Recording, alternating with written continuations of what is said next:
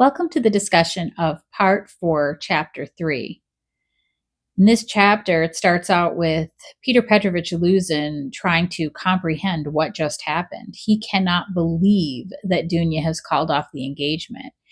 And it very much shows us his frame of mind. It's everything that Raskolnikov had thought, and even kind of worse, where he talks about not only did he understand fully that she was a good girl, that the charges against her of seducing Svidrigailov were false. He knew that fully well from his cousin, and he did not even think that anybody would believe him if he went around and said that he ended the engagement because he found out that those rumors were true. He knows no one's going to believe that, but he threatened it anyway.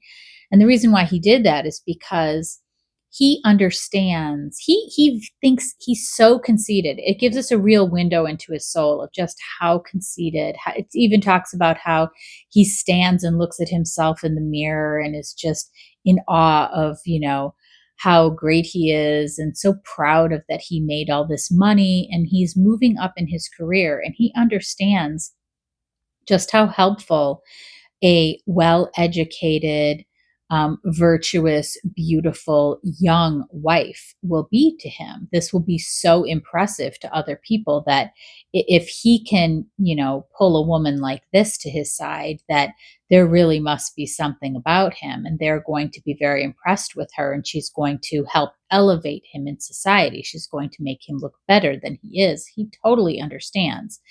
But meanwhile, he doesn't want to have a wife like that and then show her the appreciation of what she's bringing to him. No, he wants someone who, and he says it in his own words in his mind, that he wants somebody who will worship him, who will just always be so grateful and indebted for bringing her out of near poverty and bringing her up to this social status level that she wouldn't have had without him. And he wants to lord that over. He wants to be worshiped. And he not only does he want that, but he imagines it and he goes over it in his mind. And it even says that he's in his mind, he's already consummated this marriage with Dounia. He's just been living this in his dreams. And he's just very sick and conceited and pompous. And he is worse than what Raskolnikov had been warning Dounia. And so he thinks that it's incomprehensible to him that this won't happen, because in his mind, it's already happened. He's already married her. He's already envisioned all of these scenes between them. And so he has to make this happen for himself, for his reputation and for his career. And so he's going to go off and try and figure out how he's going to make that happen. Meanwhile, we are back in the room with the Raskolnikovs and talking about, okay, well, what was this offer from Svidrigailov? And Raskolnikov says he's offered Dounia 10,000 rubles if he can meet with her one time with me present. And the mother is outraged because, they really suffered because of this guy. Like, they were ostracized from the community, and it got to the point where they couldn't even go to church, that the talk about them was so bad they could not even leave their home, and that the landlord was going to kick them out. They were losing creditors. People didn't want to sell stuff to them. Like, it had gotten really, really bad. So she is just like, that is outrageous. Absolutely not. And Dounia, of course, she's like, I'm probably a little flattered. Like, any woman is like, wow, 10,000. Although, it's interesting because it kind of like a throwaway line in the chapter where Svidrigailov meets with Razumihin. He kind of like in an aside says, well, I already offered her 15. And so that's kind of like interesting. And now he's offering her 10. And he wants to meet with her. And because he wants to meet with her, she's like kind of muttering, like, he must have some plan. Like, she knows if he just wants to give her the money, if he just wanted to give her the 10,000, it seems like he could have done that just through Raskolnikov. So there's something that he wants to say to her in person, um, that he feels like I don't know if it's going to be an apology or if he thinks that he can convince her. And Raskolnikov tells her the story, like, oh, he says that he's not in love with you and that he possibly is going to marry this other girl. Um, and he's like, I told him no at first, but he tells me that if you decline and if I don't let him see you once with me present, that he's going to try and see you without me. He's going to just try and get to you without me. So, I mean, probably the safest bet would for Raskolnikov to be there. But then it switches to Razumihin saying, hey, we have a real opportunity here now. Like, with the money that you're going to get, and my uncle has been trying to offer me money. He says it's just a loan, but I know he's just trying to help me out, and I can get 1,000 rubles from him. We'll take 1,000 of your 3 and we'll start our own publishing house. He's like, I've been working in the publishing business for 2 years. I know it in and out.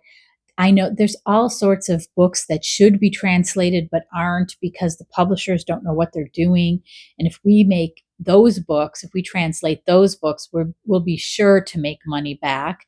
And then, we can start to really go somewhere. We'll start out small. We'll start with 5 or 6, books, and then we'll go from there. And they're like, well, I don't know anything about it. I think Dounia's pretty interesting. The mom's like, well, I'm not a businesswoman. And so they ask Raskolnikov, what do you think? And he's like, I think it's a good idea. He trusts Razumihin. He knows that if anything's going to make anything work, it's Razumihin. He knows that they could be in no better hands than Razumihin. He knows that Razumihin is a much better, safer place for them than him. And Razumihin is like, okay, great. So, he's on board. So listen, in this building, there's a different apartment. It's not linked with everything else. It's separate. It's got 3 rooms. You all can, we'll pawn Dunia's watch as we wait for the money from the estate to come through, and we'll rent those rooms, and you 3 can be together. There's 3 bedrooms, and we'll, build the business out of there. And so they're like, oh, this sounds good. They're kind of getting on board. And Raskolnikov's like, I have to go. Don't follow me. They're like, wait, what? And he's like, I'm, leaving. And the mom is beside herself because Raskolnikov is saying, like, he's saying it as if he's going away and they're never going to see him again. That's how he's being. He's being super odd. And because that's exactly what he is saying. I mean, in his mind, he's thinking either the police are going to catch me or I'm going to turn myself in. And he doesn't want to be living with them when the police show up at his door. He doesn't really want to see their faces when they find out that he's murdered somebody or 2 people. He doesn't want to have to deal with that consequence too. What he wants Razumihin to take his place with them, and he feels like if he can know that Razumihin is caring for his mom and sister, then he can take whatever punishment comes, and that's just one less thing that he has to worry about. And he just wants them to forget him, which of course is impossible. Like, that is her son, and it's Dunia's brother, and they're like, in his mind, he just wants to forget about them almost. He's like, if I continue to stay with you, I feel like I will hate you. He keeps saying this after he did the murders. He kept feeling like when he would come into contact with people, he felt like he hated them. And I think it's really that he hates himself. He hates what he's done, and he hates what they'll think of him when they find out. I think that's really what he's afraid of. That's what he will hate. He hates what they would think he was if they knew. Like, how would they look at him differently? They're going to look at him differently. I mean, everybody's going to look at him differently when they find out that he's the murderer. And that's what he hates. He hates the thought of the look on somebody's face and what they'll think when he tells them. And so he doesn't want to be around to watch the pain that he will cause. He wants to be on his own when that happens. And he just wants to be assured that Razumihin will take care of them. So as he leaves, Razumihin's like, I'll go after him. So Razumihin's like, what is going on with you? Like, what are you doing? Like, this is great now. Everything's better, like, why are you leaving at this time? I don't understand. And they're silent. They're standing on the stairs and they're alone and they're silent. And all of a sudden, I think Razumihin does understand. There's like a look that passes between them. And Razumihin, I think, suddenly does realize he's been kind of like, there's been glimmers, like when Raskolnikov was being cross-examined by his uncle. There was a glimmer, I think, where Razumihin was kind of like, wait, you can't mean, that can't be right. Like, where he wasn't believing it and then immediately went into kind of denial mode again. Like, they're ridiculous. I'm going to I'm going to talk sense into them. And he did try and talk sense into his uncle. And he said he got nowhere.